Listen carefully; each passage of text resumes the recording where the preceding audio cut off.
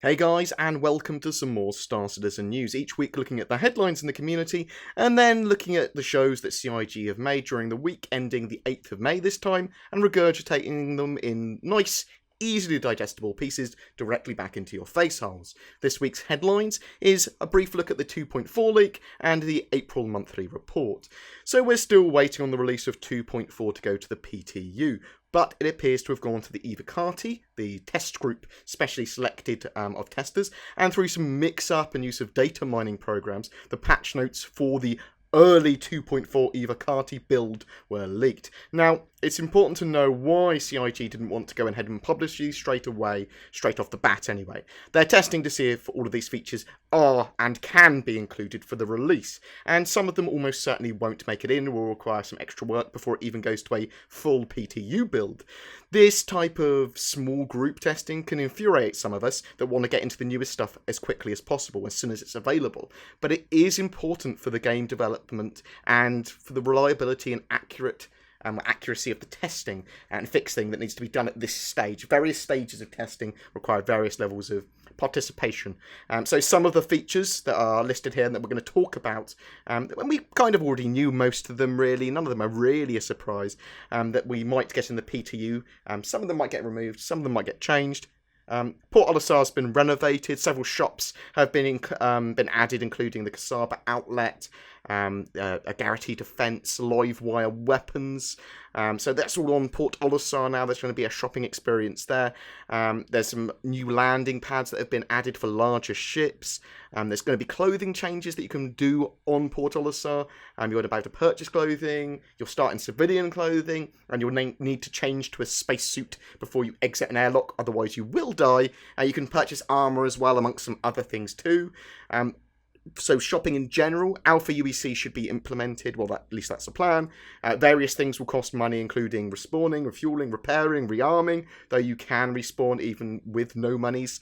Alpha UEC is also earned by performing various missions or salvaging rare valuables in asteroid fields. You can also purchase things in Port Olisar and Area 18, and you'll start with some Alpha UEC to do that. I think with the Evocati test, I think it's 2,750 or something like that. So expect a similar amount, maybe. Alpha UEC will be wiped during Alpha at just random times based on testing and stuff. So although you might have a giant amount of Alpha UEC, it doesn't really mean anything if they wipe it. So just be aware that it's for testing. So there's going to be lots more wrecks in the yellow asteroid field, Kasaba outlets in Area 18, hangars can be changed via the in-game menu, the hello table is gone, and they're going to be using the Port Mod app, which is a Mobiglass application that will allow you to customize your hangar and ships. There's going to be missions to protect Korea. There's going to be outlaw missions to kill security guards at Korea. Various improvements to the bounty and rep system in general, including persisting outlaw or defender statuses between sessions. And that's what this patch is all about. It's about the early implementation of persistence, really, and hopefully we'll get most of those features. So general persistence, stuff that will be saved on their persistent database if possible, Alpha UEC, item purchases, hangar configurations, ship loadouts, character loadouts, Crusader reputation, ship ammo and missiles, so that will make laser weapons possibly a lot more valuable to some people, so they don't have to pay for ammo. The MISC Reliant base has been added as hangar ready. The Starfarer, the Gemini, will be flight ready.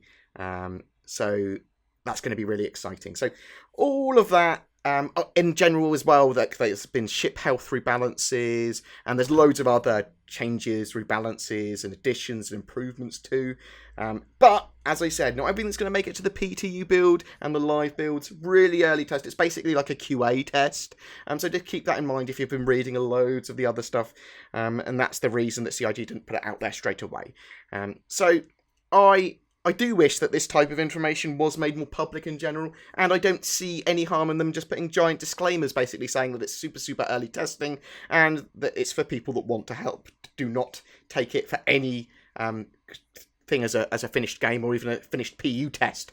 That being said, there are probably a few reasons why they want to keep that on the download to start with anyway. Obviously, I'm not a developer, I'm a gamer. Also, the April monthly report is out. and it's been detailing what CIG have been up to during the month of April. It's very 2.4 and persistence heavy.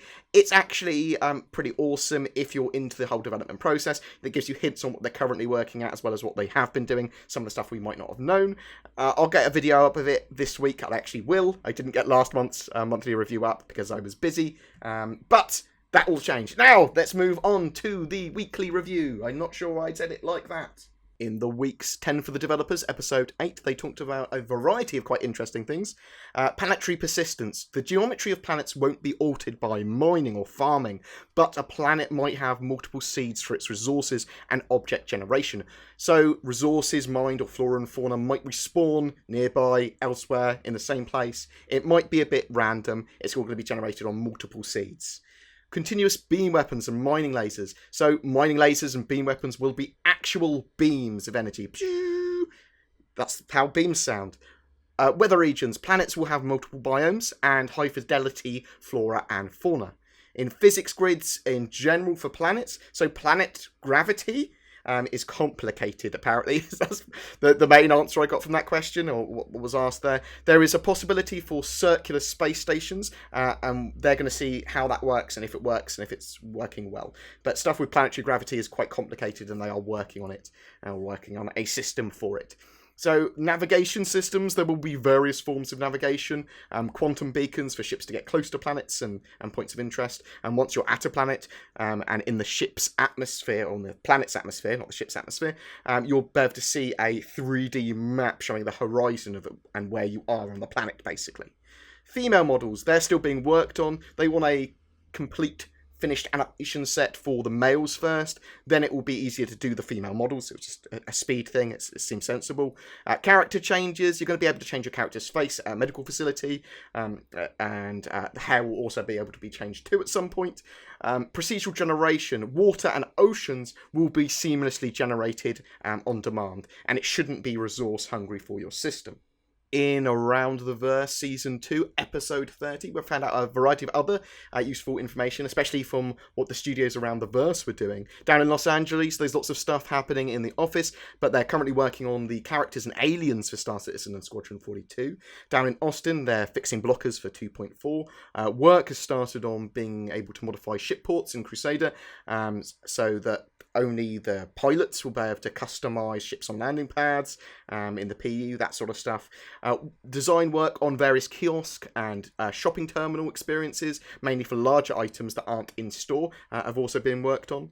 Down in Foundry 42 UK, there's been more focus on capital ships there. The Argo and the Reliant, as well as the Starfarer, are getting a lot of work to them. They've been getting a lot of work to get them flight ready. There's more work on various shopping systems. There's a Squadron 42 shoot going on right now. Also, we're going to be able to obviously spend Alpha UEC soon too. And there's work on the FPS and AI tuning. Down in Foundry 42 Frankfurt, there's work on a system that will be replacing the use system that we currently have. This inner thought system will tell us the various things that we can do with an object. They'll be displayed so we could open, close, or lock a door. And we might see that as early as 2.4 implemented. This week's Lawmaker's Guide to the Galaxy was on the Nexus system. This week's MVP was Anarchos, Jeff Craig, and Wikipedia for their video Journey to Voltron. They assembled Voltron out of many Star Citizen ships and had him moving. It's pretty cool. I really like this. I like silly stuff done like this at this early stage in the game. And the ATV Fast Forward was of a little bit of the Aegis Javelin Destroyer. Check that out. All the links to all of that sort of jazz in the description below. There's a couple of other things in Reverse the Verse that were mentioned this week that we haven't mentioned earlier. They talked a little bit about the patch 2.4 being tested by the Huffaker testers. And they are waiting on resources for some ship reworks for some of the original ships in Star Citizen. Multiplayer hangars will be coming out sometime after Persistence. Ben and Alexis have been away on bereavement leave. My thoughts and prayers are with you at this difficult time, guys. And Geek Domo is out of the hospital and recovering well, apparently. Get well soon, bud. And that's it for this week. Thank you so much for watching, guys. I believe there is a few tickets for BritainCon left as well. Link in the description below if you want to know more about that. I have a giveaway going on throughout May to get your hands on a MISC Prospector mining ship. All you've got to do to be in for a chance is to comment on any of my Star Citizen content during May, or on the RSI forum thread, or on the Redacted forum thread, any of those. Thank you to all my Patreons, all of the kind messages I've received from so many people, the support and care of you guys, the community, my channel viewers, genuinely helps heal my depression. I love you guys. It's a great community to be in. Thank you so much. I genuinely feel blessed. It would be great if you liked and subscribed. No, you don't have to. It really does help me, though, and I'll see you in the verse. Thanks, guys.